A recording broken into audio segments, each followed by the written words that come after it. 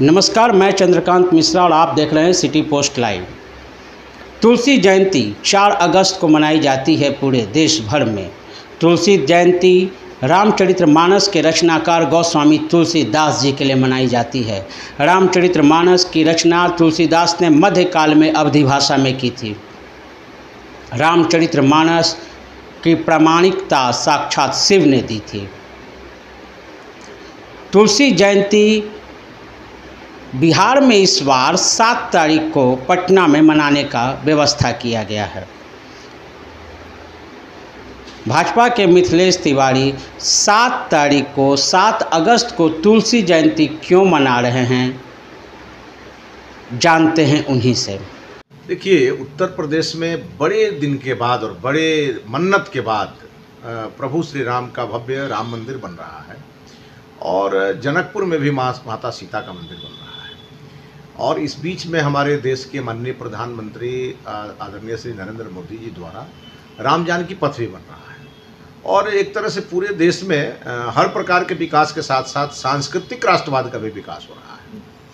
तो इस नाते हमारी जो सनातन संस्कृति है वो अब जैसे हर प्रकार की चीज़ें डेवलप हो रही हैं, ये भी डेवलप हो, तो इधर ध्यान में आ रही है बात कि वैश्वीकरण के कारण जो हमारी जो नई पीढ़ी है वो अब ज़्यादातर डॉक्टर, इंजीनियर और ऑफिसर बनने में लगी रहती है और संस्कृत और संस्कृति से थोड़ा उसका नाता टूटते जा रहा है। और इस कारण हमारी सनातन संस्कृति मजबूत हो, सनातन संस्कृति हमारे देश का आधार बने, इस नाते रामचरितमानस के कालजयी रचयिता महाकवि तुलसीदास जी की जयंती के अवसर पर, ऐसे तो उनकी जयंती 4 तारीख को ही थी, लेकिन हम लोगों ने 7 तारीख को पटना में रखा है, चूँकि 4 को पूरे बिहार में मनाया गया है। पटना में पूरे बिहार भर के लोग आ रहे हैं और इसमें सनातन संस्कृति और संस्कार के वाहक लोगों को बुलाया गया है, वो आ रहे हैं। और इस अवसर पर उत्तर प्रदेश के माननीय उप मुख्यमंत्री श्री ब्रजेश पाठक जी आ रहे हैं।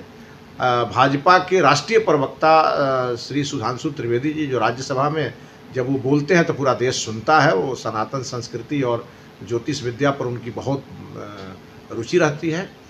बिहार के हमारे सहप्रभारी और अयोध्या के बगल के ही सांसद आदरणीय हरीश द्विवेदी जी भी इस कार्यक्रम में रहेंगे और बिहार से जुड़े बहुत सारे नेता इस कार्यक्रम में रहने वाले हैं। साथ में बड़ी संख्या में सनातन धर्म से जुड़े लोग, साधु संत भी रहने वाले हैं। और हम लोग तुलसी जयंती के अवसर पर हमने इस कार्यक्रम का नाम रखा है संस्कार संस्कृति संरक्षण संगम। उसमें हर प्रकार की बात होगी, हिंदुत्व की बात होगी, सनातन धर्म की बात होगी, उसमें हनुमान चालीसा की बात होगी, रामचरितमानस की बात होगी, हर प्रकार की बात हम वहाँ करने वाले हैं, जिससे हमारे बिहार के हर घर में यह विषय आज महत्वपूर्ण रूप से पहुँचे कि हर हिंदू का कर्तव्य है रामचरितमानस का पाठ करना, हर हिंदू का कर्तव्य है हनुमान चालीसा पढ़ना और हर हिंदू का कर्तव्य है हमारे संस्कारों से जुड़ा रहना। और इस नाते जो हमारे संस्कार धीरे धीरे मिटते जा रहे हैं उसको फिर से पुनर्जीवित करने का, और आप सभी को मालूम है सनातन धर्म में जो 16 संस्कार होते हैं हिंदुओं के, उसकी भी हम चर्चा करेंगे। नारद ऋषि से लेकर के और देवेंद्र फडणवीस तक की जो यात्रा है, हमने त्याग किया, तपस्या किया, बलिदान किया।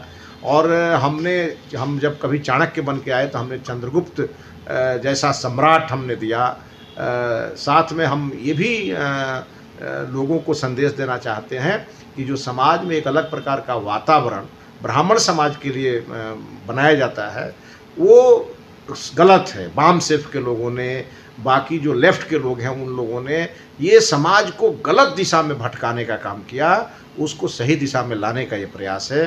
क्योंकि जब हमारा अंतिम संस्कार भी होता है उसमें भी हम श्मशान राजा से जब तक अग्नि हम नहीं लेते हैं तब तक अंतिम संस्कार हमारा नहीं होता है।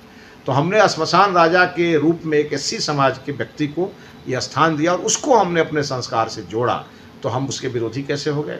हमने मानर की पुजाई का प्रावधान किया, नार काटने वाली माता जो चमैन होती है उनका हमने सम्मान किया, उनका घर तक प्रवेश है, जो बच्चा जन्म लेता है उनके हाथों में सबसे पहले आता है और उसका प्रथम संस्कार वो स्वयं करती है, तो हम उनके विरोधी कैसे हो गए।